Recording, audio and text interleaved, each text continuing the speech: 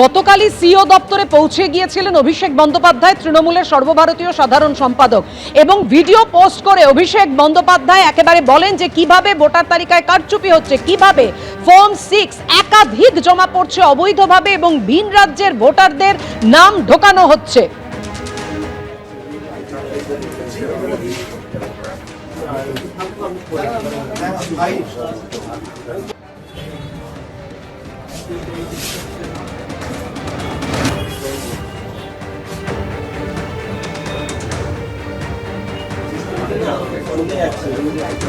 যদি দিতে আসে ছাপ্পা, মনে রাখবেন ওটা ওদের ধাপ্পা।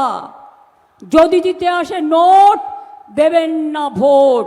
সবাই মিলে বাঁধুন জোট। এরপরে করবে এনআরসি। এখনো বাদ দিচ্ছে নাম। তার মানে আপনার ভোটার লিস্টের নাম থাকলেও আপনি জানেন না ভোটের দিন আপনি ভোট দিতে পারবেন কি না। এখনো চক্রান্ত চলছে। আজকে আমি বেরোবার আগে স্ট্রং লেটার লিখে এসছি। বিচারের জন্য কোথায় যায়নি। মানুষ যদি বিচার না পায়, সেই দেশটা ধ্বংস হয়ে যায়।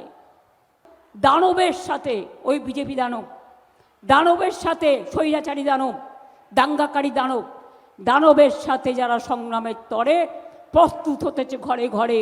যতই করো কুচ্ছা, যতই করো চক্রান্ত, দিল্লির জমিদাররা হবে তোমরা ব্যর্থ। আর যতই করো হামলা, আবার জিতবে বাংলা। যতই করো হামলা, তৃণমূল জিতবে বাংলা। যতই করো হামলা, মা বোনেরা জিতবে বাংলা। ইলেকশন কমিশনের বিষয় ইলেকশন কমিশনই এর জবাব দেবে। তবে আমার জানা নেই বিজেপি এরকম কোনো ফর্ম 6 জমা দিয়েছে কিনা। অ্যাডজুডিকেশনে যারা আছে তাদের তরফ থেকে ফর্ম যে কেউ জমা দিতে পারে, নির্দিষ্ট জায়গায় জমা দিতে পারে। যদি ওনাদের কাছে নির্দিষ্ট কোনো তথ্য প্রমাণ থাকে তাহলে নাম নিয়ে কোর্টের কাছে যায়। আর নির্বাচন কমিশন সব বিষয়ে স্পষ্ট জবাব দিয়েছেন, এতদিন পর্যন্ত প্রয়োজনে এরও জবাব দেবেন। অর্থাৎ অভিযোগ পাল্টা অভিযোগ। সকাল গড়িয়ে সন্ধে এখনো উত্তেজনা রয়েছে সিও দপ্তরের সামনে। সরাসরি কথা বলবো, আমাদের সঙ্গে রয়েছেন আমাদের অপর প্রতিনিধি রুমা পাল। রুমা, ফর্ম 6 কে ঘিরে কেন এত বিতর্ক?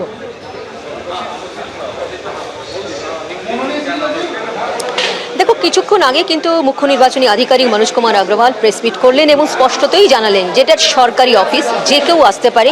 ডাক বিভাগে সে যে কোনো ডকুমেন্টস জমা করতে পারে, সেটা রিসিভ করে সেখান থেকে, এবং তারপর সেটা সিনিয়র সেকশনে যায়। এবং সিও অনেক সময় জানতে পারেন না যে ডাক বিভাগে কিভাবে আসছে, কোন ডকুমেন্টস আসছে।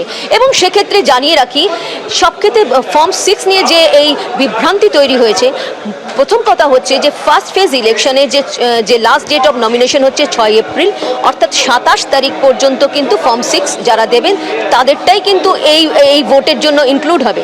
কিন্তু সেকেন্ড ফেজ যা ইলেকশন রয়েছে, সেক্ষেত্রে কিন্তু last date of nomination 9 April.